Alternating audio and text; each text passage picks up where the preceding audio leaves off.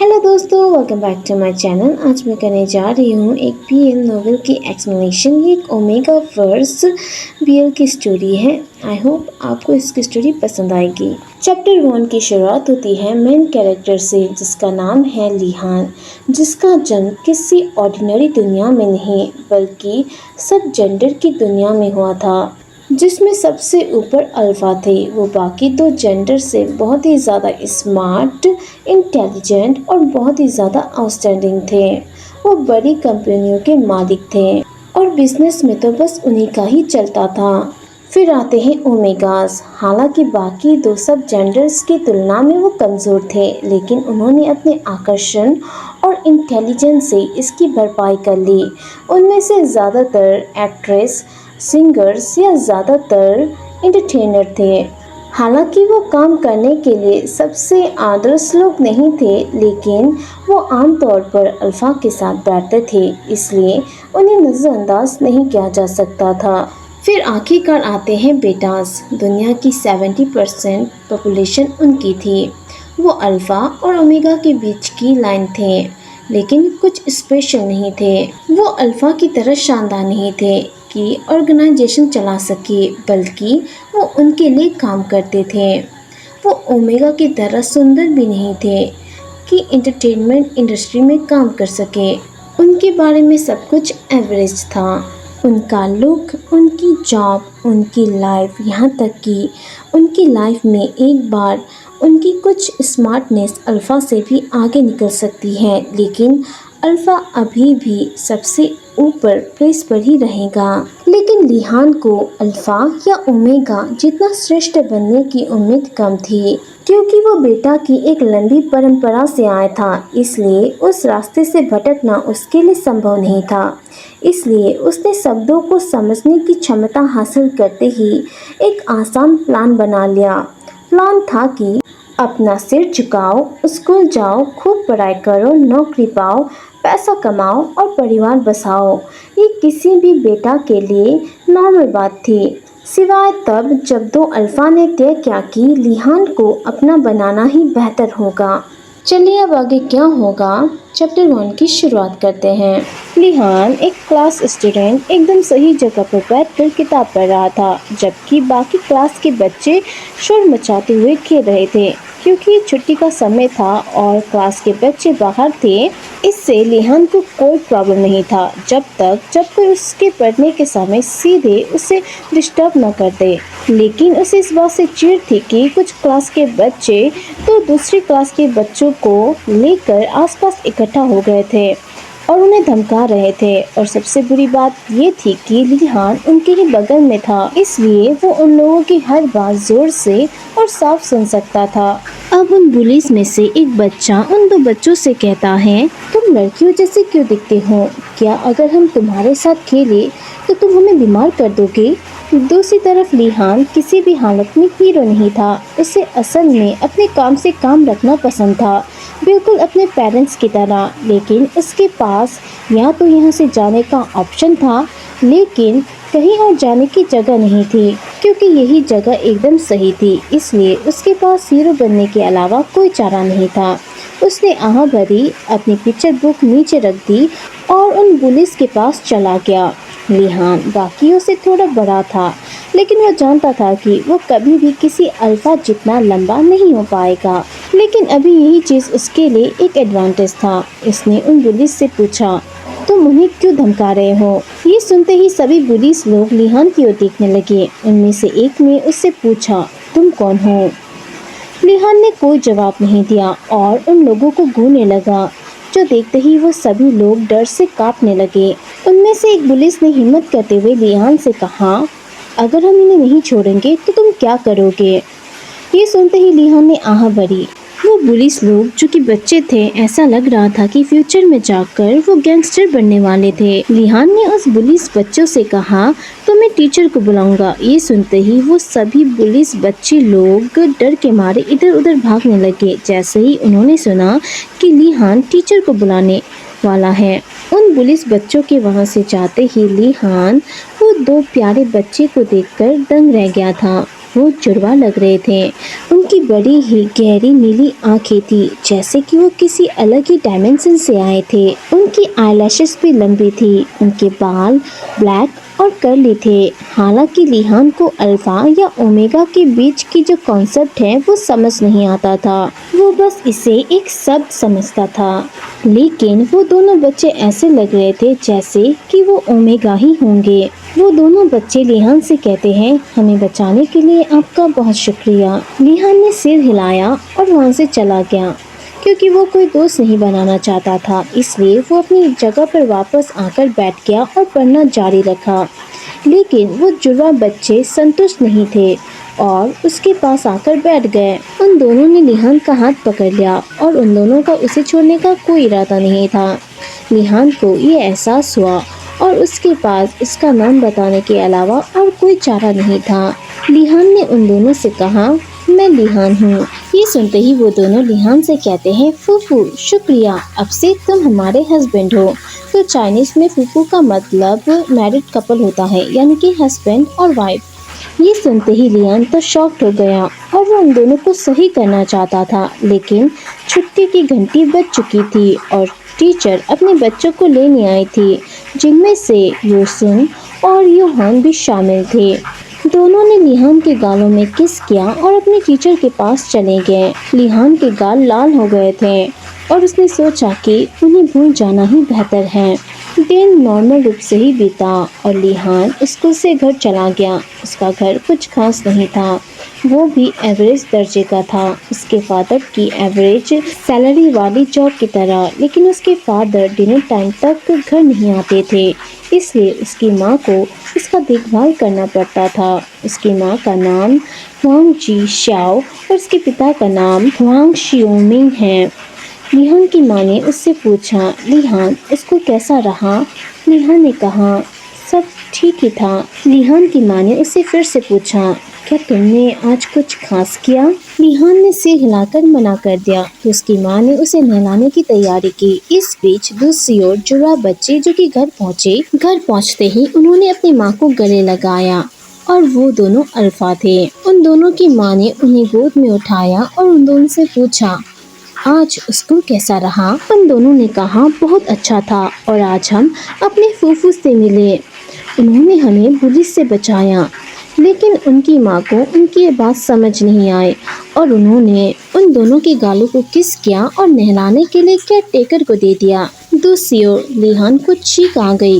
ये देखते ही उसकी माँ ने वरीड होते हुए उससे पूछा, क्या तुम्हें ठंड लग रही है? क्योंकि वो अभी अभी उसे नहला कर आई थी। लिहान ने उन्हें कहा, नहीं, शायद कोई मेरे बारे में बात कर रहा होगा।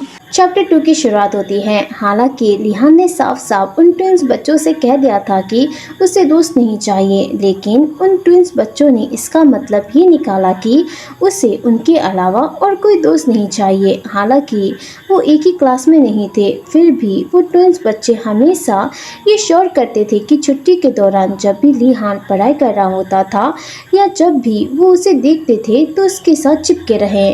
अब उन दोनों को मिले हुए भी 2 हफ्ते बीत चुके थे और उन्हें पहले से ही ट्रियो के रूप में लेबल किया गया था, क्योंकि वो लोग अब इनविजिबल हो चुके थे।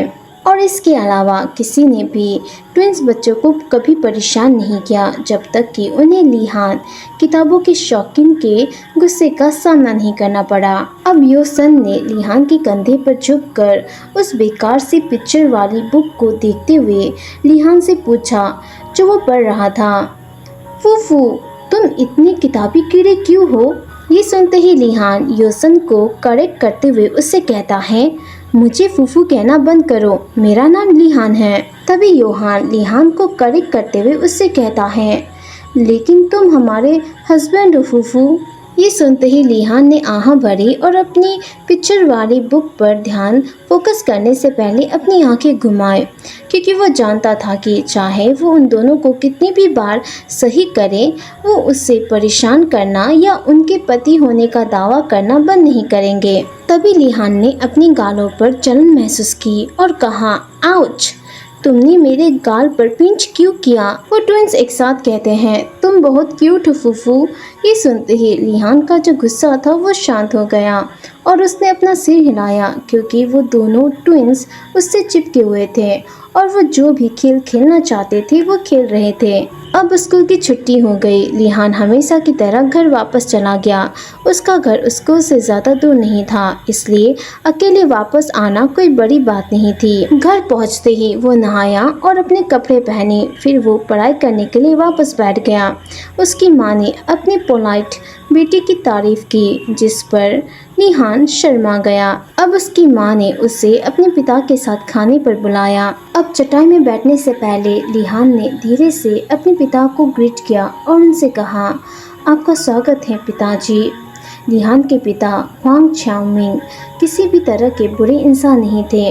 वो मेहनती थे और ये श्योर करते थे कि वो अपने फैमिली की बेसिक ज़रूरतों को पूरी कर सके, लेकिन कभी कभी वो अपने वर्क लाइफ को अपने फैमिली की लाइफ से अलग नहीं कर पाते थे। इसलिए कभी कभी जब वो गुस्से में होते थे और वरिड होते थे तो ये उनके बोलने के तरीके और उनके बिहेवियर से झलकता था। लेकिन उन्होंने कभी भी अपनी पत्नी या बच्चे पर हाथ नहीं उठाया।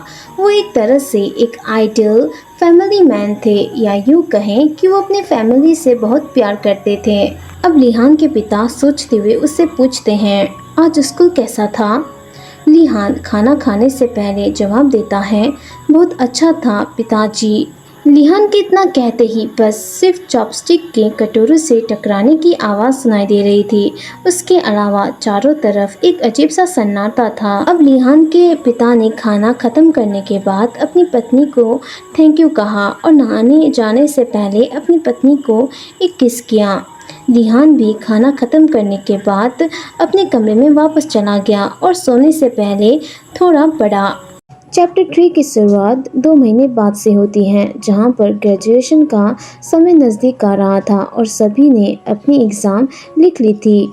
इसलिए हमेशा की तरह आराम करने और खेलने का समय था। दूसरी ओर लिहान था कि जो इस समय भी बुक पढ़ रहा था, लेकिन कोई भी उसके पास नहीं गया और उसे उसके ही अजीब बिहेवियर के साथ छोड़ दिया, सिवाय 2 बच्चों के, जिन्होंने इस खेलने के समय को अपने फूफू के करीब होने के मौके के रूप में देखा। इसलिए उन दोनों ने लिहान के दोनों ओर चेयर लगा दी और उसके कंधों पर झुक गए। ये देखते ही लिहान उन दोनों से शिकायत करते हुए कहता है, तुम दोनों मेरे कंधे पर बोझ डाल रहे हो। तभी योहान लिहान से कहता है, लेकिन हम तुम्हारे करीब रहना चाहते हैं।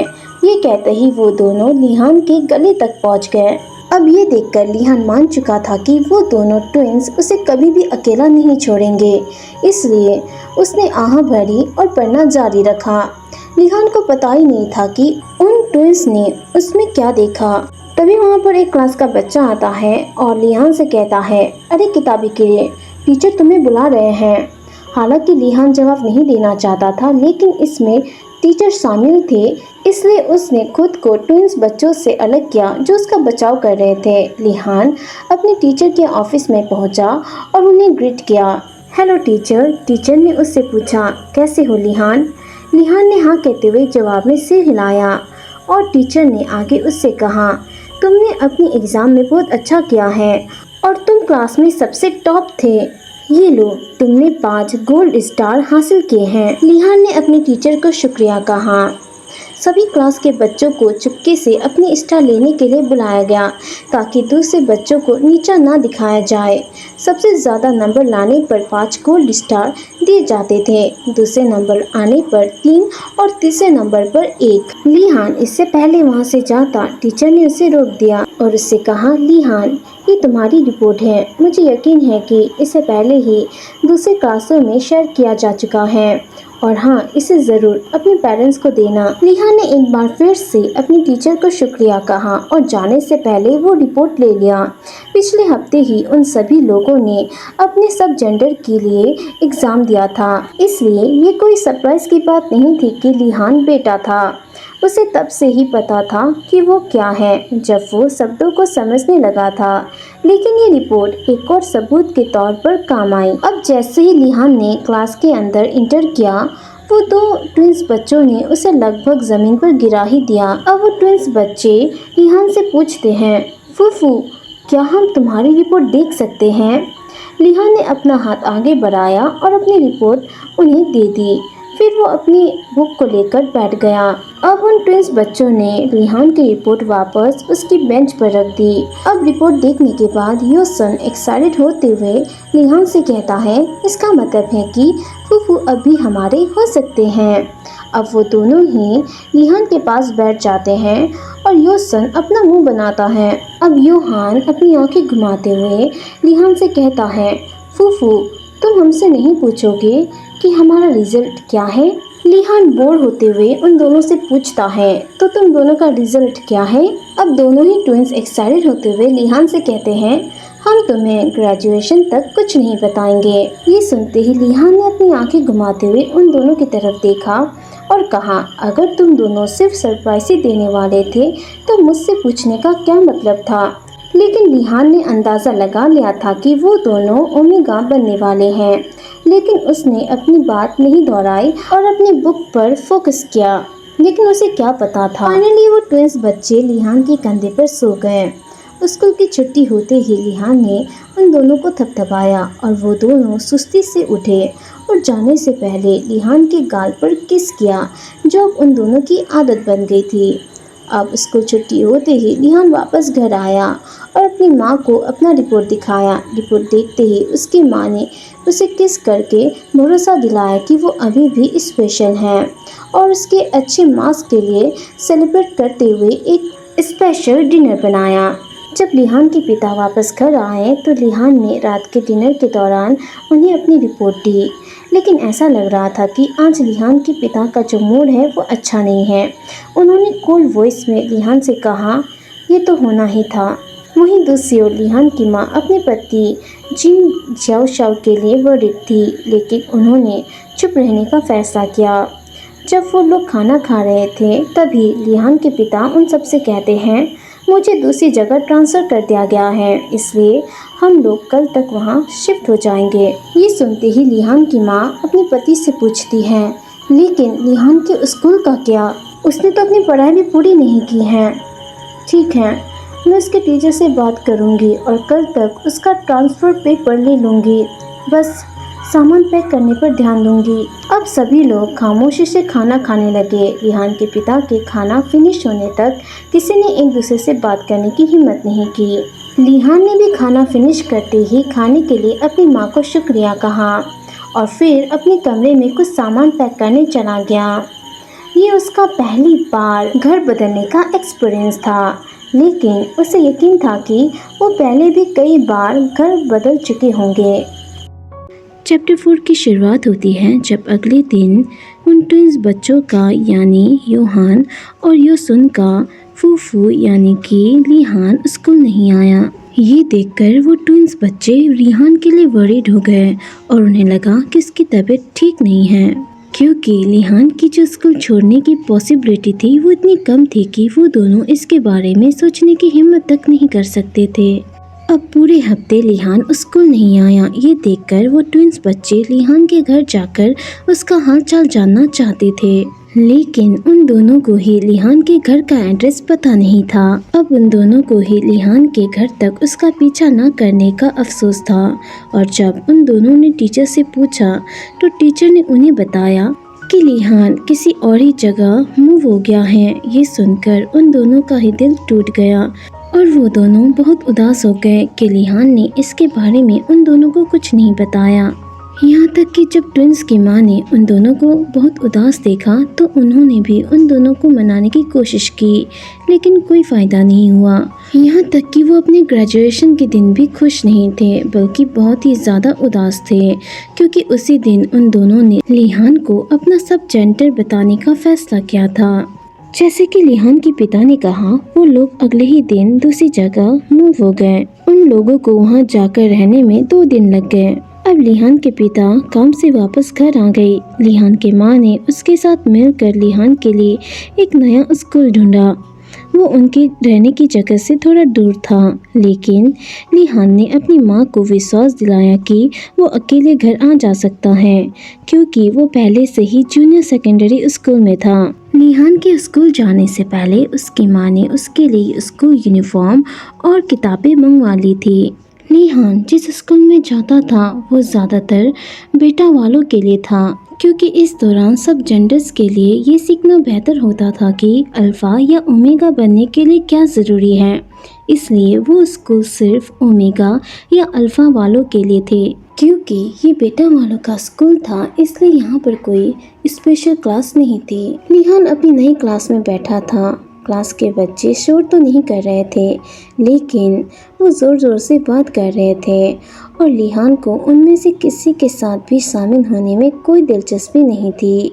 लेकिन वो जानता था कि वो उसके ही बारे में बात कर रहे हैं, उन लड़कियों की बदौलत जो ज़ोर ज़ोर से बात कर रहे थे और उनकी अपनी आवाज़ में कोई कंट्रोल नहीं था।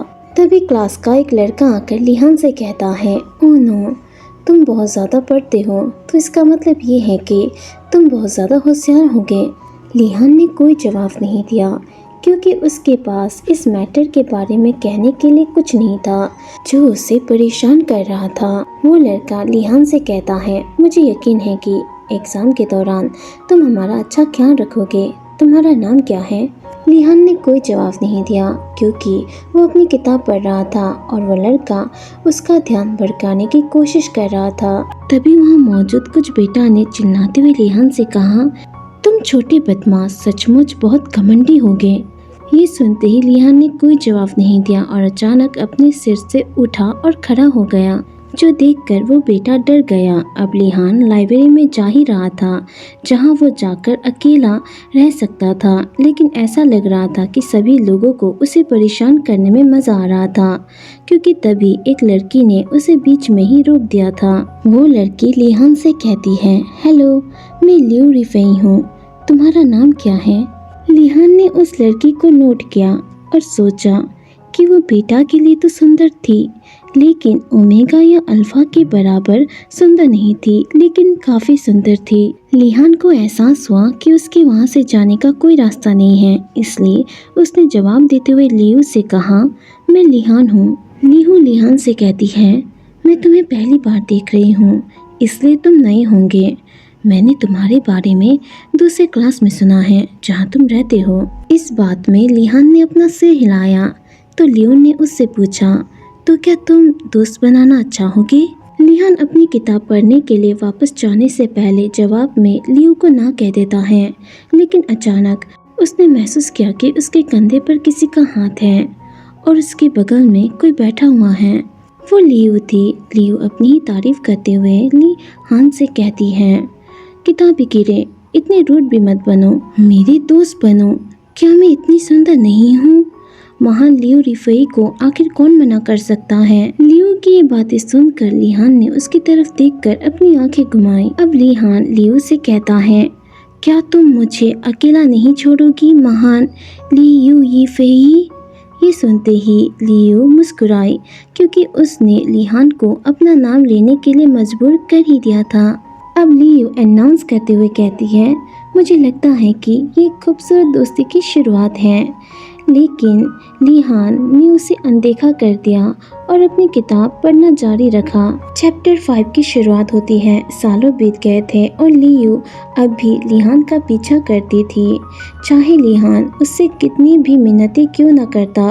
पर ऐसा लगता था कि लियू बस लिहान का मजा ले रही है। लिहान को पता चल गया था कि लियू की बेशर्मी की वजह से उसके ज़्यादा दोस्त नहीं थे, क्योंकि वो खूबसूरत थी, इसलिए लड़कियां उससे नफरत करती थी।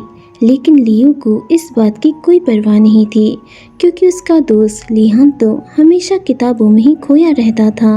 लियू ने लिहान को अपने पेरेंट्स से इंट्रोड्यूस कराया था।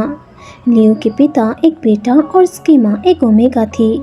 चैप्टर 5 की शुरुआत होती है। लियू ने लिहान को अपने पेरेंट्स से भी इंट्रोड्यूस कराया था। लियू के पिता एक बेटा थे तो उसकी माँ एक ओमेगा थी। लियू के पेरेंट्स और लिहान की जो पहली मुलाकात थी वो थोड़ी अजीब ज़रूर थी, लेकिन लियू के पेरेंट्स ने लिहान को अपने घर डिनर पर भी बुलाया था।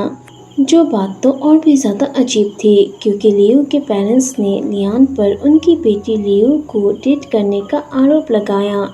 इस पर तो लियान लगभग रो ही पड़ा था, लेकिन लियो के पेरेंट्स ने तुरंत इस दावे को इनकार कर दिया। लियो के पेरेंट्स ने लियान को ऐसा कहा जैसे कि उसने कहा हो कि उनकी बेटी बदसूरत है, और लियो के पेरेंट्स को समझाने में लियान को काफ़ी मुश्किल हुई। दूसरी तरफ लियो लियान की मदद भी नहीं कर रही थी और उल्टा उसके डिस्कम्फर्ट पर हंस रही थी। बाद में सब लोग इस बात को लेकर खूब हंसे और फिर लियो के पेरेंट्स ने लियान को एक स्पेशल वाइन की बोतल देकर गुड बाय कहा। ये शराब लगभग 50 सालों से फर्मेंटेड होती है, जिसे लियान के पेरेंट्स ने खुशी के साथ एक्सेप्ट कर लिया। उस रात लियान अपने पेरेंट्स के साथ डिनर नहीं कर पाया था, इसलिए उसे मजबूरी में लियो को डिनर पर बुलाना पड़ा। लियो नेचुरली रूप से ही बहुत ज़्यादा फुर्तीली थी और उसे लियान के पेरेंट्स से मिलने में कोई दिक्कत नहीं हुई, जो लियो को इतना पसंद करते थे कि लियान ने अगले डिनर में भी लियो को बुलाया। अब लियान के पिता लियान से कहते हैं, लियान तुम उस लियो यीफेई लड़की को डेट क्यों नहीं करते? वो बहुत सुंदर है और अच्छी लड़की लगती है। लियान कराते हुए कहता है, पिताजी। लियान के पिता उससे कहते हैं, क्या ये सच है कि तुम उसके पेरेंट्स से भी मिल चुके हो और उन्होंने हमें एक गिफ्ट दिया है? लियान ने अपना सिर हिलाया, हाँ कहा और खाना खाने लगा। लियान पहले से ही 16 साल का था, यानी वो 11th क्लास में था, इसलिए नेचुरल रूप से उसने मिडिल स्कूल छोड़ दिया था। उसका हाई स्कूल वाकई बहुत बड़ा था, इसलिए यहाँ एक दूसरे को ढूंढना बहुत मुश्किल था। यहाँ तो कैफेटेरिया भी थे, इसलिए किसी अपने से यहाँ मिलने की जो पॉसिबिलिटी थी वो बहुत कम थी। इसलिए ये सरप्राइज़ की बात नहीं थी कि लियो भी इसी स्कूल में पढ़ती थी, लेकिन एक तरह से ये एक्सपेक्टेड भी था क्योंकि ये एक्सेक्स डिस्ट्रिक्ट का सबसे बड़ा स्कूल था। लियो खुश थी क्योंकि वो लियान की कैफेटेरिया के पास ही थी, इसलिए उसके पास लियान को परेशान करने के कई मौके थे। एक्सेक्स डिस्ट्रिक्ट हाई स्कूल किसी भी सब जेंडर के लिए स्पेशल स्कूल नहीं था, इसलिए ये स्कूल सभी लोगों का मिश्रण था। इसका मतलब ये है कि लियान ने ये सब कुछ देखा और ये देखने के बाद वो सरप्राइज हो गया, इसलिए उसके लिए शोरगुल वाली क्लास के अलावा कोई भी जगह सेफ नहीं थी जहां वो जाकर किसी तरह पढ़ सके। चैप्टर 6 की शुरुआत होती है जब लियान ने देखा कि लियो ने उसके खाने के ट्रे से एक और डम्पलिंग ले लिया है। लियान ने रिक्वेस्ट करते हुए लियो से कहा, लियो प्लीज़ मेरे डम्पलिंग्स खाना बंद करो, तुमने पहले ही अपने डम्पलिंग्स खा लिए हैं जो मेरे वाले से भी बड़े थे। अब लियो क्यूटली लियान से कहती हैं, सुदाई जी, जिसका मतलब होता है किताबी कीड़े, इस प्यारी सी लियो को तुम्हारे मीठे डम्पलिंग्स खाने दो, वो बहुत भूखी है। लियो की ये बातें सुनकर लियान तो उसे घूर रहा था। लंच ब्रेक चल रहा था और वो दोनों साथ बैठे थे। हालांकि लियान उसके साथ बैठना नहीं चाहता था, लेकिन लियो हमेशा लियान को उसके पेरेंट्स को उसके बारे में बताने की धमकी देती थी कि वो उसे अच्छे से ट्रीट नहीं कर रहा है, जो बात अब लियो के लिए फ़ायदे की बात बन चुकी थी। अब लियान उठ गया और लियो से कहा, मैं वॉशरूम जा रहा हूँ और अब मेरी ट्रे से कुछ भी लेने के बारे में सोचना भी मत। लेकिन लियान को लियो की इस शरारती मुस्कान पर भरोसा नहीं था, इसलिए उसने 2 डम्पलिंग्स अपने मुंह में ठूस लिए और वहाँ से चला गया। अब वॉशरूम जाते हुए लियान की टक्कर किसी से हुई और वो लगभग गिर ही गया, लेकिन खुशकिस्मती से उस इंसान ने लियान के शोल्डर को पकड़ लिया और उसे संभाल लिया। अब वो इंसान लियान से अपनी डीप वॉइस में धीरे से कहता है, केयरफुल रहो। लियान अपने कंधे पर अनफेमिलियर हाथ से अनकंफर्टेबल महसूस करते हुए दूरी जाने वाला था, लेकिन तभी मजबूत हाथों ने उसके चिन को पकड़ लिया और उसे नीचे झुका दिया ताकि वो 2 चेहरों को घूर सके जो हर तरह से एक जैसे दिख रहे थे। उन दोनों के black curly hair, dark blue eyes, यहाँ तक कि शार्प जॉ लाइन, लिप्स और नोज तक। अब उनमें से एक ने धीरे से लियान से कहा, तुम फेमिलियर लग रहे हो। लियान ने भी देखा कि वो दोनों फेमिलियर लग रहे थे, लेकिन वो उन्हें कहीं से भी पहचान नहीं सका। तभी दूसरा वाला लिहान से कहता है फूफू और उसे पकड़ लेता है। अचानक लिहान महसूस करता है कि उसके पैर जमीन से उठ रहे हैं क्योंकि एक बड़े से लड़के ने उसे उठा लिया और उसके बॉडी के हर हिस्से को किस करने लगा और उसके लिप्स पर भी एक किस किया। लिहान ने कोई स्ट्रगल नहीं किया क्योंकि ऐसी लड़ाई लड़ने का कोई मतलब नहीं था जिससे वो जीत न सके। बेशक उससे योहान और योसन याद थे, वो क्लिंजी बच्चे की जोड़ी जो उससे जूते पर लगे हुए गम की तरह चिपकी हुई थी। अब लिहान ने अचानक महसूस किया कि कोई और भी उसे अपनी ओर खींच रहा है और उसके चेहरे से ज़्यादा उसके लिप्स पर किस कर रहा है। अब लिहान उस बड़े से लड़के से कहता है जो योसन था, प्लीज़ मुझे नीचे उतार दो, मुझे वॉशरूम जाना है। अब योसन ने धीरे से लिहान को नीचे रखा। लिहान बड़बड़ाते हुए कहता है शुक्रिया। वो दोनों ही लिहान के पीछे वॉशरूम तक गए, लेकिन लिहान ने उन दोनों के चेस्ट पर हाथ रखते हुए उन दोनों से कहा, मुझे डाउट है कि मुझे वॉशरूम में किसी की ज़रूरत भी होगी। योहान मजाक करते हुए लिहान से कहता है, लेकिन क्या हम सब लड़के नहीं हैं? ये सुनते ही लिहान अपनी आंखें घुमाता है और वॉशरूम के अंदर चला जाता है। वो ट्विंस भाई वॉशरूम के अंदर नहीं जाते और बाहर ही लिहान का इंतजार करने लगते हैं। लकीली वॉशरूम खाली होता है तो लिहान जल्दी से अपना काम निपटा लेता है और अपनी सोच को समेटने लगता है और कहता है, क्या हो रहा था? तभी उसे याद आता है कि दोनों ट्विंस बच्चे इतने छोटे और प्यारे थे कि उससे और लगभग सभी को लगता था कि वो दोनों ओमेगा ही होंगे। लेकिन अब वो दोनों ट्विंस इतने लंबे और मस्कुलर हो गए थे कि वो लिहान को प्रेस करके उसका कचूमर बना सकते थे। अब लिहान ने समय बर्बाद किए बिना वॉशरूम से कदम बाहर रखा ही था कि तभी अचानक योसन ने उसे उठा लिया। ये देखते ही लिहान योसन से कहता है, मुझे नीचे उतार दो। ये सुनते ही योसन मुंह बनाते हुए लिहान को नीचे उतार देता है क्योंकि लिहान को कोई भी उसे गोद में उठाए ये बात पसंद नहीं थी। अब दोनों ही ट्विंस लिहान से कहते हैं, फूफू हमने तुम्हें बहुत याद किया, तुम हमें क्यों छोड़कर चले गए? लिहान दोनों ट्विंस को समझाते हुए कहता है, मेरे फादर ने कहा कि हम मूव हो रहे हैं और मुझे स्कूल जाने की इजाज़त भी नहीं थी, इसलिए मैं तुम दोनों को गुड बाय नहीं कह पाया। दोनों ट्विंस ने लिहान का हाथ पकड़ लिया। लिहान जितनी भी चाहे कोशिश करे लेकिन खुद को उन दोनों से नहीं छुड़ा पाया। अब योहान लिहान से कहता है, हमारा फूफू इतना प्यारा हो गया है, मैं तुम्हें सिर्फ हमारे लिए लॉक करना चाहता हूँ ताकि हम सिर्फ तुम्हें ही देख सके। योहान की ऐसी बातें सुनकर लिहान उसकी ओर घूर के देखता है क्योंकि वो अभी भी उससे बेतुका प्यार से बुला रहा था। लिहान कैफेटेरिया की ओर जा रहा था और उन ट्विंस से अपना हाथ छुड़ाने की कोशिश कर रहा था।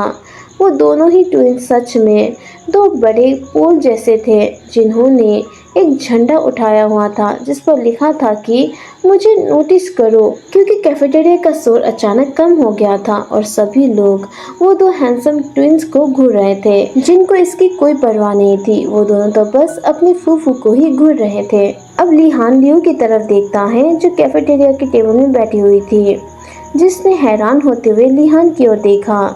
जब लिहान लियो की टेबल की ओर बढ़ा तो वह अचानक से उठ गई और वहां से चली गई। अब योसन और योहान लिहान के दोनों ओर बैठ गए। शुक्र है कि लियो का, जिसकी बदौलत वो दोनों लिहान को आखिरी दो स्वीट डम्पलिंग्स खाते हुए देख रहे थे।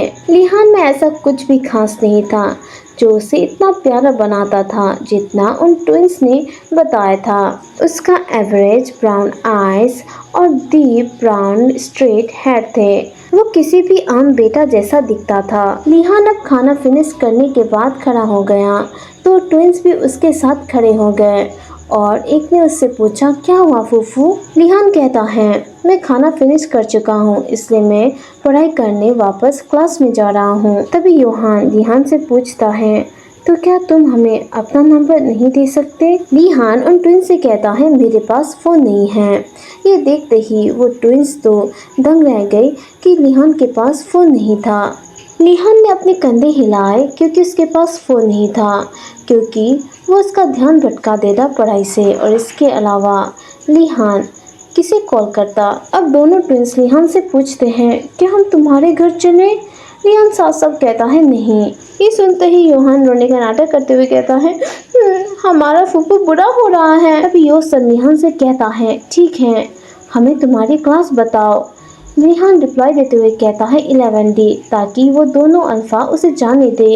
अब वो दोनों ट्विंस कुछ देर लिहान की गले को सहलाते हैं, फिर उससे गुड बाय कहकर अपनी क्लास में चले जाते हैं।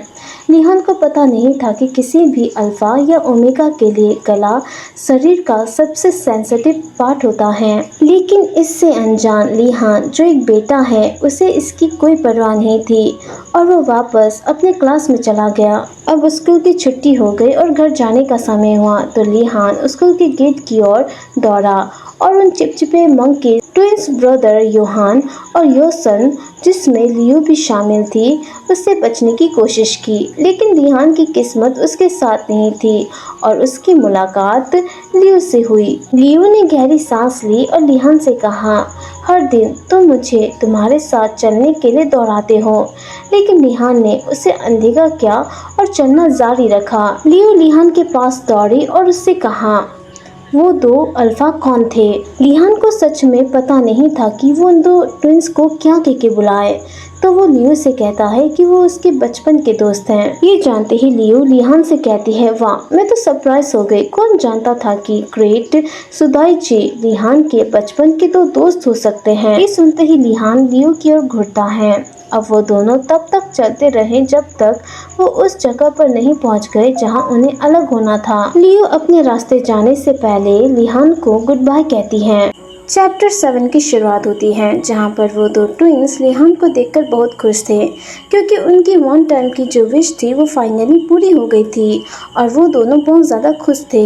लेकिन जब लिहान उन दोनों को छोड़ के चला गया था तो वो दोनों बहुत ज़्यादा गुस्से में थे और लिहान को ढूंढने के लिए बेताब थे। लेकिन वो जानते थे अगर एक बार वो मिडिल स्कूल चले गए तो उनके लिए लिहान को ढूंढना लगभग इम्पॉसिबल ही हो जाएगा। लेकिन उन दोनों ने कभी भी हार नहीं मानी और ना ही वो लिहान को भूल पाए। उन दोनों ट्विंस ने एक सेकेंडरी स्कूल में जाने का जो मौका था वो भी ठुकरा दिया और एक ऐसे स्कूल में वो गए जहाँ पर लगभग सभी लोग जाते थे, यानी कि बेटा, ओमेगा और अल्फा। वो दोनों ट्विंस एक ओमेगा से अपनी टाई वापस लेने जा रहे थे, जिसने उन दोनों से वो टाई छीनने की कोशिश की थी, लेकिन वो ओमेगा कहीं भी दिखाई नहीं दे रही थी और वो दोनों जल्दी ही एक खराब ड्रेसिंग के लिए पकड़े जाने वाले थे। इसलिए वो दोनों साउथ की ओर चले गए, जो नॉर्मल रूप से जाने वाली जगह नहीं थी। लेकिन एक चमत्कार हो गया और वो दोनों अपने प्यारे फूफू से टकरा गए। हालांकि उन दोनों को लिहान को पहचानने में थोड़ा समय लगा, लेकिन एंड में उन दोनों ने लिहान को पहचान ही लिया और अब उन दोनों ट्विंस का ये प्लान था कि वो लिहान को अपने से दूर कहीं जाने नहीं देंगे। 2 हफ्ते बीत गए, लेकिन वो दो ट्विंस लिहान को अकेला छोड़ ही नहीं रहे थे। वो लिहान से ऐसे चिपके रहे जैसे किसी पिघली हुई कैंडी रैपर से कैंडी चिपकता हो। वो दोनों ट्विंस हर लंच ब्रेक में लिहान के साथ बैठते और ये श्योर करते कि लियो लिहान के पास बिल्कुल ना आए। और यहाँ तक कि कभी कभी वो दोनों लाइब्रेरी में लिहान के पढ़ते समय भी वहाँ मौजूद होते और कभी कभी क्लास में वॉशरूम जाने का बहाना करके लिहान को देखने जाते। अब स्कूल में लगभग सभी लोग ट्विंस और लिहान के बारे में जानते थे और कुछ तो ये भी सोचते थे कि वो लोग साथ हैं और डेट कर रहे हैं। और बेशक इससे लिहान को बहुत परेशानी हुई, लेकिन इससे उसकी पढ़ाई से ध्यान नहीं भटका था, इसलिए वो उतना ज़्यादा परेशान नहीं हुआ। लिहान लाइब्रेरी में अपने बॉडीगार्ड्स यानी कि योहान और योसन के साथ ही बैठा हुआ था। वो ट्विंस अपने फूफू यानी लिहान को ही देख रहे थे, जो अभी भी हमेशा की तरह पढ़ाई कर रहा था। अब वो दोनों ट्विंस बोर होते हुए लिहान के गले और हाथों को सहला रहे थे। लिहान ने यह बात नोटिस की कि उन दोनों ट्विंस को हर तरह की स्किन रिलेटेड हरकतें करना कितना पसंद है, भले ही वो हल्की सी टच ही क्यों ना हो। अब योहान मुंह बनाते हुए लिहान से कहता है, फूफू वीकेंड है तो तुम हमारे घर स्लीप ओवर के लिए क्यों नहीं आ जाते? हम वादा करते हैं कि तुम्हारा पूरा ख्याल रखेंगे। योहान सही कह रहा था क्योंकि आज फ्राइडे था, लेकिन लिहान को उसकी बातों में कोई इंटरेस्ट नहीं होता और वह जवाब देते हुए कहता है, नहीं। ये सुनते ही योसन ड्रामा करते हुए अपनी चेस्ट को पकड़ लेता है और लिहान से कहता है, फूफू प्लीज, तुम मेरा दिल तोड़ रहे हो।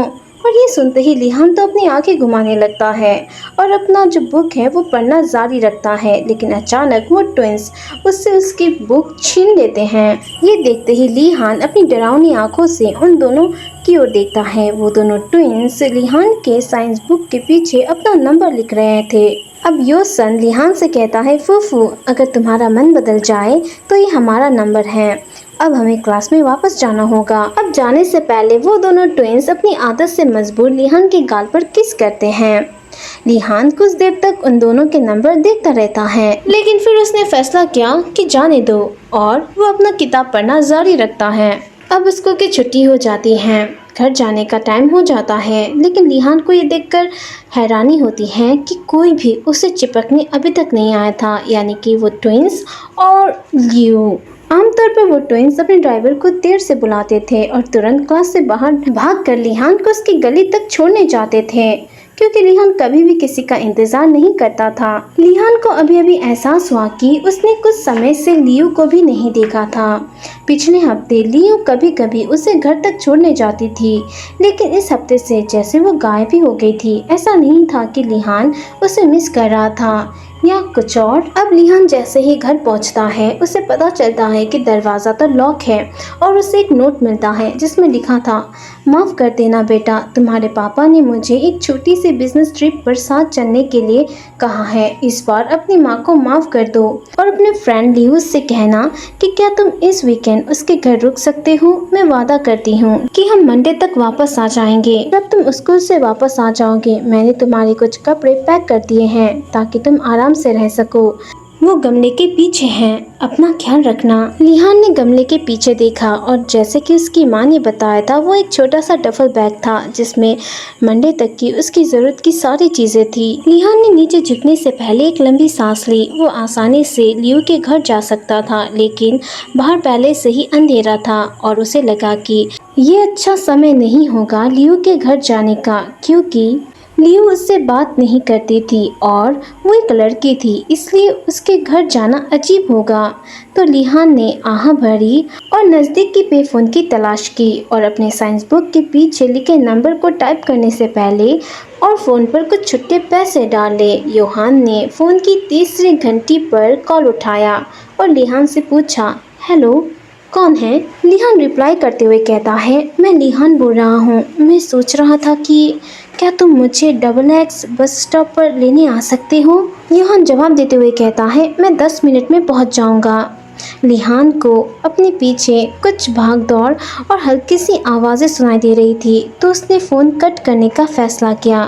अब वो अपना डफल बैग कंधे पर लटकाए हुए बस स्टैंड में जाकर बैठ गया और ट्विंस का इंतज़ार करने लगा। चैप्टर 8 की शुरुआत होती है। जैसे कि योहान ने कहा था, योसन और योहान 10 मिनट्स के अंदर लिहान को लेने आ गए। उन दोनों को देखकर लिहान को गिल्टी महसूस हुआ क्योंकि वो दोनों ही अपने स्लीपवेयर में थे। वहाँ से घर तक का कार का सफ़र खामोशी से भरा हुआ था। अब लिहान उन दोनों ट्विंस के बड़े घर को देखकर सरप्राइज हो जाता है, लेकिन उसने ये शो नहीं किया और चुपचाप उन दोनों ट्विंस के पीछे चला गया जो उसका बैग उठाने की रिक्वेस्ट कर रहे थे, लेकिन लिहान ने मना कर दिया। घर पहुंचते ही लिहान को उम्मीद थी कि वो ट्विंस के पेरेंट्स से मिलेगा, जिनको लेकर वो पूरी कार के सफ़र के दौरान वर्रिड था, लेकिन वो वहाँ नहीं थे। लिहान दोनों ट्विंस से पूछता है, तुम्हारे पेरेंट्स कहाँ हैं। योहान कहता है, हमारे पेरेंट्स एक बिजनेस ट्रिप के लिए शंघाई गए थे। तभी योसन लिहान से कहता है, फूफू आओ तुम्हें वहाँ ले चले जहाँ तुम सोओगे। अब लिहान उन दोनों के पीछे पीछे एक बेडरूम में गया जो ऐसा लग रहा था जैसे किसी ने उस पर कब्जा कर रखा हो, लेकिन लिहान ने कोई शिकायत नहीं की और वो शावर लेने चला गया। अब लिहान बाथरूम से मिसमैच ब्लू प्लेट ट्राउज़र और रेड प्लेट शर्ट पहने हुए बाहर आया, जिसे देखकर उसे थोड़ी शर्मिंदगी महसूस हुई। अब लिहान को देखकर दोनों ट्विंस कहते हैं, हमारा फूफू बहुत क्यूट लग रहा है। लिहान उन दोनों की बातों को अनसुनी करते हुए पूछता है, मैं कहाँ सोऊंगा। वो दोनों ट्विंस कहते हैं, तुम हमारे साथ यहीं सोओगे फूफू। ये सुनते ही लिहान फिर से उनसे पूछता है, लेकिन क्या तुम्हारे पास दूसरा कमरा नहीं है। वो दोनों हाँ में जवाब देते हुए अपने कंधे हिलाते हैं। तो लीहान लग्जरी बेड से एक पिल्लो और एक मोटी सी चादर उठाता है और उसे फर्श पर बिस्तर की तरह बिछा देता है। अब ये देखकर वो दोनों ट्विंस लीहान से पूछते हैं, तुम क्या कर रहे हो फूफू? लीहान कहता है, तुम दोनों बेड पर सो सकते हो। अब योहान लीहान से कहता है, फूफू क्या तुम्हें याद नहीं है कि तुमने कहा था कि तुम हमारे हस्बैंड बनोगे और हस्बैंड वाइफ एक ही बेड पर सोते हैं। लीहान ने योहान की बातों को अनदेखा कर दिया और फर्श पर बनाई हुई बिस्तर पर लेट गया। लेकिन ऑफ कोर्स वो दोनों ट्विंस लीहान के दोनों और लेट गए। लीहान इतना बोर हो चुका था कि वो उन दोनों ट्विंस को खुद से दूर नहीं करता। जिस मौके का फायदा उठाते हुए वो दोनों ट्विंस उसकी कमर को पकड़ लेते हैं। अब सुबह के 6 बजे ही लीहान की नींद खुल गई। उसे खुद को जगाने के लिए अलार्म की ज़रूरत नहीं थी, क्योंकि सैटरडे को वो अपनी माँ की सफाई और खाना बनाने में मदद करता था। लेकिन अब वो एक अनजान जगह पर था, जहाँ 2 ट्विंस उससे चिपके हुए थे। योहान उसके चेस्ट पर लेट गया और योसन ने अपना चिन उसके सिर पर रख दिया। उसे सफोकेट सा महसूस हो रहा था, क्योंकि दोनों उसे कसकर पकड़े हुए थे। उसने खड़े होने की कोशिश की, लेकिन ऐसा लगा कि इससे वो ट्विंस जाग गए। जागते ही योहान ने लीहान से पूछा, फूफू तुम कहाँ जा रहे हो? लीहान कहता है, मैं बाथरूम जा रहा हूँ। ये सुनते ही वो दोनों ट्विंस लीहान के साथ खड़े हो गए और उसके पीछे पीछे बाथरूम की ओर चले गए। लेकिन लीहान ने उन दोनों को रोकते हुए कहा, मैं खुद बाथरूम जा सकता हूँ। अब लीहान बाथरूम में घुस गया और हाथ धोने से पहले अपना जो काम था वो कर लिया। जब वो बाहर आया तो योसन ने उसे उठाकर बेड पर ले आया और वो लोग अपने पहले की ही सिचुएशन में आ गए, जैसे वो सो रहे थे। लीहान उन दोनों ट्विंस से कहता है, मैं सोना नहीं चाहता। तो वो दोनों ट्विंस लीहान से कहते हैं, फूफू अभी जागना बहुत जल्दी हो जाएगा, बस सो जाओ। उन दोनों ने लीहान के गले और उसके फोरहेड पर किस किया। लीहान के पास फिर से सो जाने के अलावा कोई चारा नहीं था। अब थोड़ी देर बाद लीहान जब उठा तो वो शॉक में था, क्योंकि वो दोनों ट्विंस उसे ही सोते हुए देख रहे थे। योसन लीहान से कहता है, फूफू नाश्ते का समय हो गया है। ये सुनते ही लीहान ने अपना सिर हिलाया और वो दांत ब्रश करने चला गया। ब्रश करने के बाद उसने अपने डफल बैग से कुछ कपड़े निकाले और शावर लेने चला गया। जब लीहान बाथरूम से बाहर आया तो वो साफ सुथरा था और उसने ट्विंस की तरह ही कपड़े पहने हुए थे, जो उसका इंतज़ार कर रहे थे। योहान लीहान से कहता है, चलो फूफू चलें।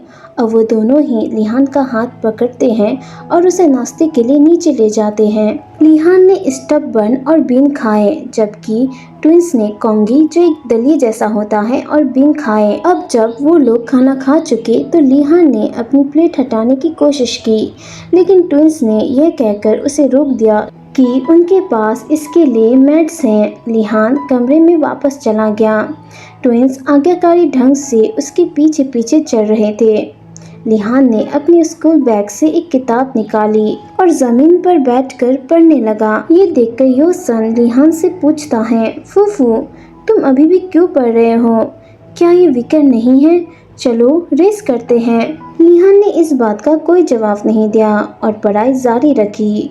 ट्विंस हार मानकर उसकी गोद में बैठ गए और अपने फ़ोन पर वीडियो गेम खेलने लगे।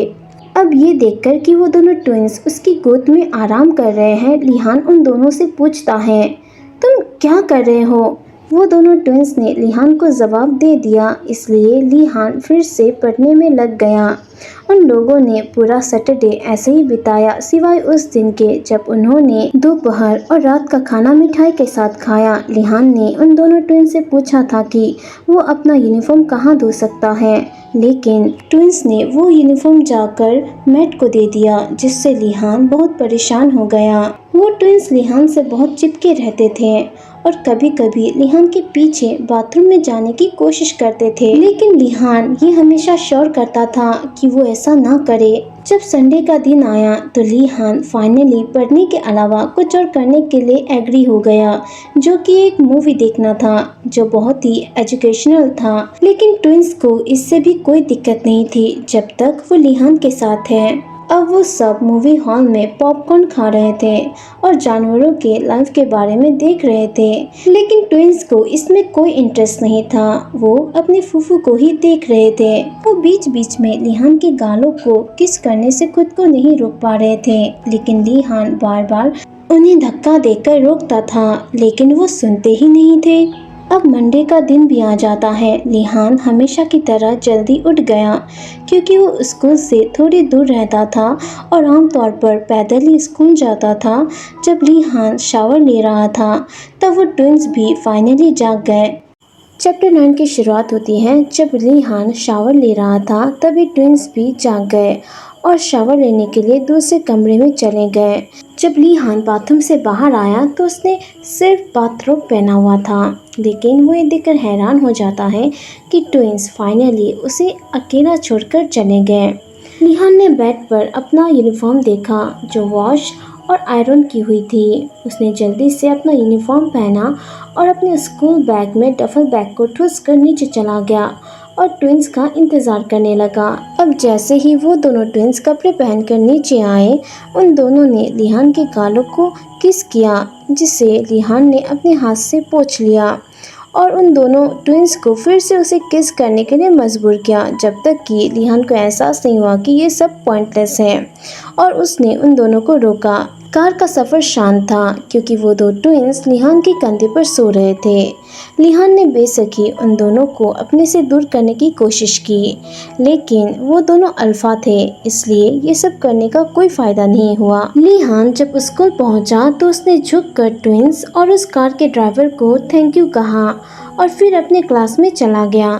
लिहान अपनी क्लास में बैठकर अपनी किताब पढ़ ही रहा था कि तभी एक क्लासमेट आकर उससे कहता है, अरे लिहान, टीचर तुम्हें बुला रहे हैं। ये सुनते ही लिहान सरप्राइज हो गया क्योंकि ऐसा कम ही होता था कि टीचर उसे बुलाते थे और अगर टीचर ने उसे बुलाया है तो इसका मतलब है कि वो मुसीबत में है। लेकिन फिर भी लिहान टीचर के ऑफिस में गया। अब जैसे ही लिहान टीचर के ऑफिस पहुंचा, उसने टीचर को गुड मॉर्निंग कहते हुए अपना रिस्पेक्ट शो किया, जिस पर टीचर ने भी सिर हिलाकर उसे जवाब दिया, एक हेल्दी और स्मार्ट स्टूडेंट को अच्छा काम करते हुए देखना अच्छा लगता है। अब टीचर लिहान को वहाँ से जाने के लिए कहती है। ये सुनकर लिहान कंफ्यूज था कि टीचर ने सिर्फ उसे ये बात बताने के लिए यहाँ बुलाया था।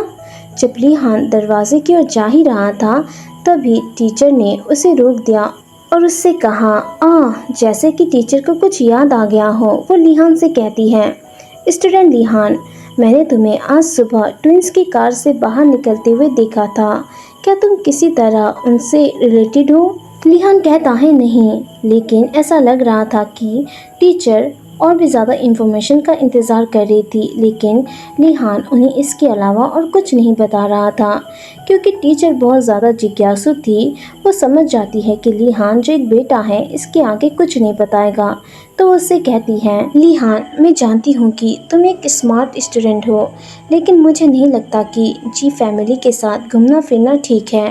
वो बहुत शक्तिशाली फैमिली है और मैं नहीं चाहती कि तुम्हें कोई तकलीफ हो। लिहान ने सिर हिलाकर हाँ कहा और अपनी क्लास में वापस चला गया। लिहान टीचर की इरादे को साफ साफ समझ गया था, लेकिन ऐसा नहीं था कि वो उनसे चिपका हुआ था, बल्कि इसका उल्टा था। लिहान क्लास में आकर बैठ गया और पढ़ाई जारी रखी, लेकिन अचानक उसे लगा कि भीड़ उसे घेर रही है। उसने ऊपर देखा तो लड़कियों का एक ग्रुप दिखाई दिया, जिन्हें उसने योसन और योहान के फैन क्लब के रूप में पहचाना। उसने आह भरी ये जानकर कि एक और ड्रामा है। वो लड़कियां लिहान से कहती है, सुनो, तुम योहान और योसन का पीछा करना छोड़ दो। तुम एक मेल बेटा हो तो वो तुम्हारे कभी नहीं हो सकते। लिहान उन लड़कियों की बातों से 100% सहमत था, लेकिन वो खुद को ये सोचने से नहीं रोक पाया कि क्या इसका मतलब ये है कि वो दोनों ट्विंस खुद को इन सभी लोगों के साथ शेयर करेंगे। लेकिन लिहान ने इस मामले में कुछ भी कहने की हिम्मत नहीं की, नहीं तो ऐसा लगेगा कि वो उन दोनों ट्विंस के लिए उन लड़कियों से लड़ रहा है।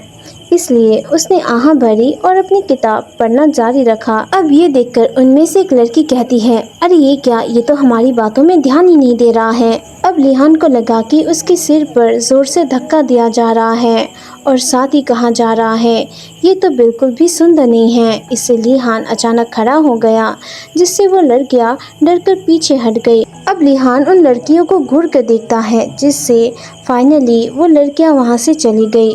लिहान आसानी से पलटवार कर सकता था, लेकिन उसे सिखाया गया था कि कभी भी किसी कमज़ोर पर हाथ मत उठाना, जैसे कि लड़की, एक मेल ओमेगा या किसी भी कमज़ोर इंसान पर हाथ मत उठाना। अब लिहान ने अपनी किताब उठाई और लाइब्रेरी चला गया, जहां उसे फाइनली तब तक शांति मिली जब तक लियो ने उसे कहा, सुदाई जी, फाइनली तुम अकेले हो। लियो को वहां देखकर लिहान तो दंग ही रह गया, लेकिन ये बात उसने शो नहीं की और साथ ही साथ कि उसे वो बहुत ज़्यादा मिस कर रहा था। लियो लिहान से कहती है, मुझे माफ़ करना कि मैं तुम्हारे पास नहीं आई, लेकिन मैं बिजी थी। मैंने सोचा था कि तुम मेरे पास आओगे, लेकिन तुम भी पहले की तरह कोल्ड हो। लियो ने अपना हाथ लिहान के कंधे पर रखा और उससे कहा, मुझे पता है कि तुमने मुझे याद किया है, भले थोड़ा सा ही सही, लेकिन देखो मैं तुम्हारे लिए कैंडी लाई हूँ। लियो वो कैंडी लिहान के सामने जो टेबल था उस पर रख देती है, क्योंकि वो जानती थी कि लिहान को मीठा बहुत पसंद है। इसलिए वो ये देखकर सरप्राइज हो गई कि लिहान ने एक भी कैंडी नहीं ली, तो वो उसे बहलाने फुसलाने लगी। लियो कहती है, क्योंकि लिहान मेरी कैंडी नहीं लेना चाहता है, इसलिए मैं इसे वापस ले लूँगी। लेकिन जैसे ही लियो धीरे से कैंडी लेने के लिए अपने हाथ बढ़ाती है, लिहान उस कैंडी को ले लेता है और अपने जेब में भरने लगता है। ये देखकर तो लियो ज़ोर ज़ोर से हंसने लगती है और उसे ऐसा लग रहा था कि उसका पेट फट जाएगा। चैप्टर 10 की शुरुआत होती है। लिहान जो अपनी इमोशन को शो करने में उतना अच्छा नहीं था, जैसे कि उसका गुस्सा और उसका सैडनेस, लेकिन ये जानकर उसे खुशी महसूस हुई कि लियो ने उसके एंजाइटी को ठीक कर दिया था। क्लास के बाद लिहान जैसे ही वॉशरूम जा रहा था, वो अचानक से एक ऐसे कोने में जा गिरा जिस पर किसी का ध्यान नहीं था। उसके चारों अल्फा थे, लेकिन लिहान उनसे डरने के बजाय इस बात को लेकर कंफ्यूजन में था कि इतने सारे अल्फा क्यों, जिनकी तेज फेरोमोन्स उसे अंधा करने की कोशिश कर रही थी। हालांकि बेटा में तेज स्मेल करने की शक्ति नहीं होती, लेकिन वो बहुत तेज फेरोमोन्स को स्मेल कर सकते हैं, लगभग फूलों की तरह। लिहान दीवार से टकरा गया, जबकि वो उन अल्फाओं में से किसी को भी नहीं जानता था। जब तक उनमें से एक अल्फा ने उससे नहीं कहा तो ये सच है, तो तुम वही लिहान हो जो हमारी लड़कियों को बुली कर रहे हो। उन अल्फा के साथ कांटेक्ट में आने के बाद लिहान को जल्दी एहसास हुआ कि हो सकता है कि वो उन लड़कियों के बॉयफ्रेंड है, लेकिन लिहान कंफ्यूज हो जाता है इस बात को लेकर कि इन अल्फाओं को इस बात की ज़्यादा चिंता नहीं करनी चाहिए कि उनकी गर्लफ्रेंड ट्विंस को कितना परेशान करते हैं और उनसे फ्लर्ट करते हैं। जहाँ तक लिहान को याद है, वो उन लड़कियों को बुली नहीं करता था, वो ज़्यादातर उन्हें अवॉइड करता था, और जब वो लड़कियाँ उससे कुछ सवाल पूछती थी तो उनका जवाब नहीं देता था। इसके बजाय वो उन्हें रूड सा लुक देता था, जो शायद इन अल्फाओं को पसंद नहीं आया। उनमें से एक अल्फा लिहान से कहता है, अब ज़्यादा बात नहीं करते, लेकिन जब तक हम तुम्हारे साथ काम खत्म करेंगे तब तक तुम अपनी सारी बुराइयाँ एक्सेप्ट कर लोगे। उस अल्फा ने अचानक लिहान को दीवार से धक्का दे दिया। अब वो अल्फा लिहान से कहता है, ट्विंस को अकेला छोड़ दो बेवकूफ़ बेटा। ये सुनकर इस बार लिहान सचमुच पूरे रूप से कंफ्यूज था।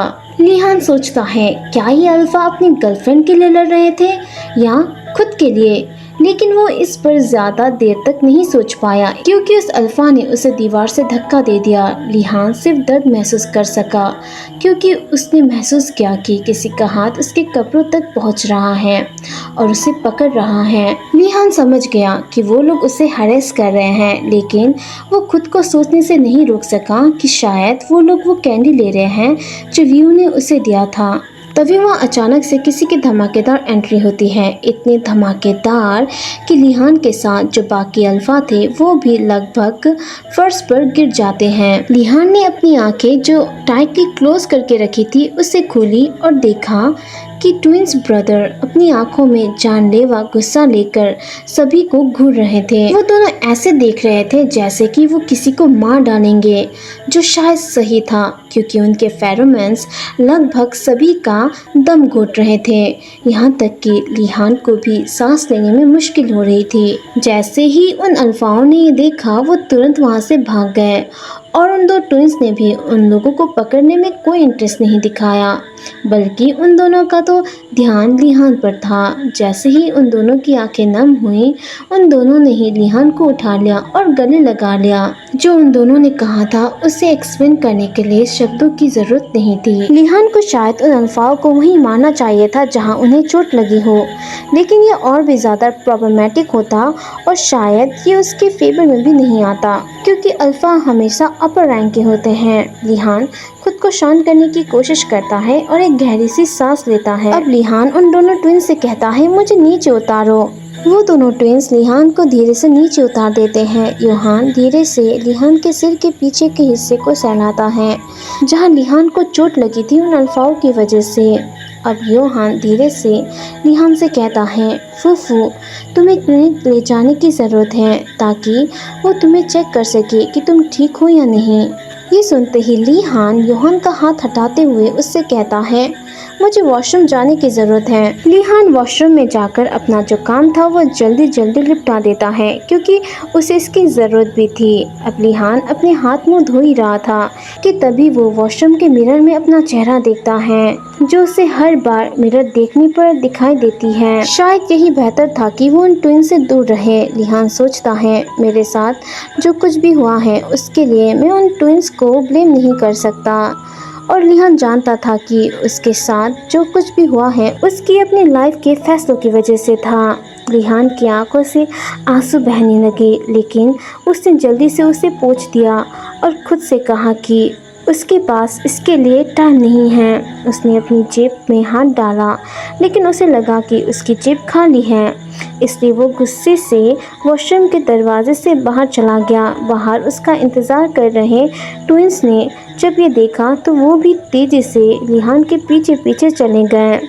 योसन धीरे से लिहान से पूछता है, फूफू, तुम कहाँ जा रहे हो? लिहान अपनी क्लास में जाते हुए उन दोनों से कहता है, मेरे पीछे मत आना, मैं अपनी क्लास में वापस जा रहा हूँ। लेकिन ट्विंस ने उसकी बात ना मानने की हिम्मत नहीं की, क्योंकि वह समझ गए थे कि उसकी ना का मतलब ना ही है और उसे ठीक होने के लिए समय चाहिए। इसलिए वो दो ट्विंस अपनी अपनी क्लास में चले गए। 2 दिन हो चुके थे। लिहान इतने दिनों तक उन ट्विंस को सक्सेसफुली अवॉइड कर रहा था। हालांकि कल उन ट्विंस ने उससे कांटेक्ट करने की कोशिश की थी, लेकिन लिहान उनसे बचता रहा। लिहान को उन दो क्लिंजी ट्विंस से बचकर निकलने पर खुद पर गर्व था। हालांकि उसे पता था कि ये चीज़ ज़्यादा देर तक टिकने नहीं वाली, जो आज साबित हो गया। लिहान शांति से अपनी किताब पढ़ रहा था, तभी अचानक कुछ स्टूडेंट बातें करने लगते हैं। लिहान को कुछ समझ ही नहीं आ रहा था कि वो क्या बात कर रहे हैं। ये देखने के लिए कि वो क्या बात कर रहे हैं, लिहान क्लास के बाहर चला गया और वो उन लोगों की बातें सुनने में कामयाब भी हो गया। वो लोग बात कर रहे थे, जिनमें से एक कहता है कि सुना है कि एक ओमेगा अचानक से उसके हित में चला गया और उसके पास कोई दवाई भी नहीं था, और मिस्ट्रेसली वो दो ट्विंस भी उसी रास्ते जा रहे थे। लिहान अब समझ गया था कि दूसरे लोग उन ट्विंस के बारे में इतने वरीड क्यों थे। वो कहता है, उन दोनों ट्विंस ने ही उस फेरोमोन्स को स्टॉक कर लिया था, जिनमें से सिर्फ एक ही ट्विंस अफेक्ट हुआ था और उसे चक्कर आने लगा था। लेकिन उन लोगों ने सब कुछ कंट्रोल कर लिया और दूसरे ट्विंस को क्लिनिक भेज दिया गया। अब ये सारी बातें सुनने के बाद लिहान खुद को उनसे अलग करता है, क्योंकि ये बातें उसके लिए चिंता की बातें नहीं था, क्योंकि एक ओमेगा और अल्फा के बीच का बिजनेस था, तो वो खुद को इसमें शामिल नहीं करना चाहता था। लिहान अपना पढ़ाई जारी करने के लिए वापस क्लास जा ही रहा था कि तभी योसन अचानक उसका हाथ पकड़ लेता है और लिहान गैस करता है कि ये शायद योहान होगा, जो अपनी रट में था। अब ये देखने के बाद लिहान जानता था कि जवाब क्या होगा, लेकिन फिर भी उसने योसन से पूछा, तुम मुझे कहाँ ले जा रहे हो? योसन लिहान से कहता है, चुप रहो फूफू, हमने तुम्हें बहुत ज़्यादा टाइम दिया, लेकिन अब हमारा पेशेंट बहुत कम हो चुका है और मेरे भाई को तुम्हारी सख्त ज़रूरत है। अब जैसे ही वो दोनों क्लिनिक पहुंचे जहां कोई और नहीं बल्कि सिर्फ यूहान ही था, जिसके फेरोमोन्स इतने तेज थे कि उसने पूरे क्लिनिक को ही ढक लिया और वो लिहान के नाक तक भी पहुंच गया। क्योंकि लिहान एक बेटा था, उस पर इसका कोई असर नहीं हुआ, लेकिन अगर वो ओमेगा होता तो वो ज़मीन पर गिर जाता और अपने हीट में चला जाता। यूहान फेरोमोन से पागल हो रहा था और उसने गहरी सांसें लेते हुए खुद को बेखबर लिहान जो कि एक बेटा है उस पर कूदने से खुद को रोकने की कोशिश की। अब योसन लिहान से कहता है, यूहान पर नज़र रखने में मेरी मदद करो, मैं उसके लिए दवाइयाँ लेने जा रहा हूँ और मैं श्योर करना चाहता हूँ कि वो कोई बेवकूफ़ी ना करे। योसन ने वहाँ से जाने से पहले लिहान के गालों में हल्का सा किस किया, लेकिन वो फिर लौट आया और अपने भाई यूहान को घूरते हुए उससे कहा, अच्छा बिहेव करना, और फाइनली वो वहाँ से चला गया। इस बीच लिहान को समझ ही नहीं आ रहा था कि क्या हो रहा है। उसने उन दो ट्विंस को हमेशा से ही चाइल्डिश नज़र से देखा था, इसलिए उनके रट में होने का ख्याल से ही वो पूरी तरह से कंफ्यूज हो रहा था। लिहान ने आह भरी जब उसे एहसास हुआ कि वो दोनों ट्विंस बच्चे नहीं बल्कि बड़े लड़के हैं। लिहान जो एक बेटा है वो इस बात से अनजान था। दूसरी तरफ यूहान जो एक अल्फा है वो बड़े ही मनोरंजन के साथ लिहान की ओर देखता है और उसे कहता है, मेरे पास आओ। ये सुनते ही लिहान जो कुछ सोच रहा था वो शॉक्ड हो गया, वो वरीड हो गया। वो यूहान को जवाब नहीं देना चाहता था, लेकिन उसे देना पड़ा, इसलिए वो धीरे से यूहान की तरफ चला गया। जैसे ही लिहान यूहान के पास गया, यूहान ने उसकी कमर पकड़ी और उसे घुमा दिया। अब दोनों के ही फेस एक डायरेक्शन में थे। लिहान ये देखकर बहुत ज़्यादा कंफ्यूज था, पर फिर भी वो खड़ा रहा।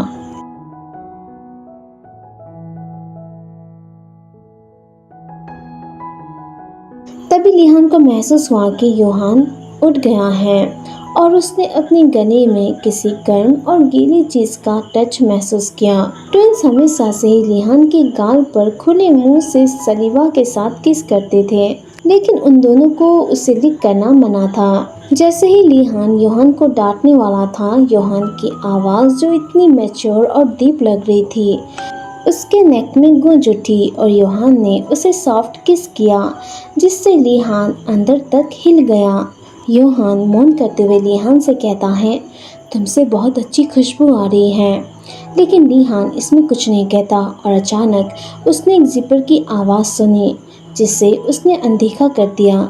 तभी वहाँ पर योसन आ जाता है और ये देखते ही वो यूहान से कहता है, बंद करो बेवकूफ़, जो लिहान भी देख रहा था। अब योसन यूहान से कहता है, अगर तुम ऐसा करोगे तो तुमसे नफरत करेगा। क्या तुम चाहते हो कि वो तुमसे नफरत करे? अगर नहीं तो आओ और अपनी मेडिसिन ले लो। योसन के हाथ में यूहान के मेडिसिन से भरा हुआ एक छोटा सा बॉक्स था। बेखबर बेटा यानी कि लिहान, जो ये नहीं जानता था कि कुछ देर पहले ही यूहान उसे क्लेम करने वाला था, या उससे इंटीमेट होना चाहता था, या यूँ कहें कि उसे मार्क करना चाहता था। दूसरी ओर यूहान ये नहीं चाहता था कि लिहान उससे नफरत करे, इसलिए वो एक बेहतर रास्ता चुनता है और अपनी मेडिसिन ले लेता है। अब योसन अपने भाई यूहान को कार तक ले गया और जाने से पहले वो लिहान की ओर हाथ हिलाते हुए अलविदा कहता है। अब देखते ही देखते एक हफ्ता बीत गया और वो ट्विंस अभी भी स्कूल नहीं आए थे, जिस पर लिहान ने ध्यान नहीं दिया क्योंकि वो उन दोनों ट्विंस को अवॉइड कर रहा था। लेकिन उसने इसके बारे में सोचा और महसूस किया कि आजकल उन दोनों ट्विंस को अवॉइड करना आसान हो गया था। शायद ऐसा इसलिए था क्योंकि वो आसपास नहीं थे। अब फ्राइडे का दिन था। लिहान को मैसेज मिला कि टीचर फू उसे बुला रहे हैं। लिहान ने कभी कोई गलत काम नहीं किया था, इसलिए उसे हैरानी हुई कि इस हफ्ते उसे दूसरी बार टीचर के ऑफिस में बुलाया गया था, जो खासकर ईस्ट की तरफ था, जो बहुत दूर था। और लिहान को उन दो ट्विंस पर दया आ रही थी क्योंकि वो हमेशा उससे मिलने आते थे, लेकिन वो उसे नज़रअंदाज कर देता है और टीचर के ऑफिस में इंटर करता है। उसने टीचर को ग्रीट किया और उनसे पूछा, टीचर क्या मैं मुसीबत में हूँ? टीचर फू ने हंसते हुए कहा, नहीं तुम नहीं हो, मैं बस तुमसे ये पूछना चाहता था कि क्या तुम उन दो ट्विंस को जानते हो? लिहान ने हाँ कहते हुए धीरे से अपना सिर हिलाया। टीचर वो कहते हैं, वाह ये तो अच्छी बात है, और तुम शायद उनके घर का एड्रेस भी जानते होंगे। मैं उनसे ईमेल के थ्रू या उनके पेरेंट्स के थ्रू नंबर पर कॉल करके उनसे कांटेक्ट करने की कोशिश कर रहा हूँ, लेकिन बात नहीं हो रही है। इसलिए मुझे खुशी होगी अगर तुम उनकी किताबें उन तक पहुँचा दो। ये नेक्स्ट वीक होने वाले एग्ज़ाम के लिए बहुत ही ज़्यादा इम्पोर्टेंट है। लिहान ने समझदार होकर अपना सिर हिलाया और बुक्स को कलेक्ट करने लगा, जिसके लिए टीचर ने उसे थैंक यू कहा। लिहान ने यह जानकर आह भरी कि अब उसे इस हैवी बुक्स को एक साथ अपने क्लास तक वापस ले जाना पड़ेगा, जो कि बहुत दूर है। चैप्टर 2 की शुरुआत होती है। लिहान खुद को उस जगह के सामने इंतज़ार करते हुए पाया जो उसे ट्विंस का घर लग रहा था। उसे उम्मीद थी कि उसकी जो डायरेक्शन है उसे सही जगह ले आएगा, क्योंकि रात में रास्ता याद रखना आसान नहीं था जब उन ट्विंस ने उसे रात को पिकअप किया था। ट्विंस का घर उतना पास भी नहीं था जितना लिहान सोच रहा था, शायद इसलिए क्योंकि उन दोनों ने कार का इस्तेमाल किया था। लेकिन दुख की बात तो ये थी कि लिहान को बस से यहाँ आने के लिए अपनी जेब से पैसे निकालने पड़े। वो गरीबी में रोना चाहता था, लेकिन रो नहीं पा रहा था। उसे अंदाज़ा भी नहीं था कि वो घर कैसे वापस पहुँचेगा। लिहान ने गेट पर बेल बजाया। उसने कुछ देर इंतज़ार किया, इससे पहले कि एक आदमी स्क्रीन पर दिखाई देता, जिसे देखकर लिहान सरप्राइज होते हुए जंप करना चाहता था।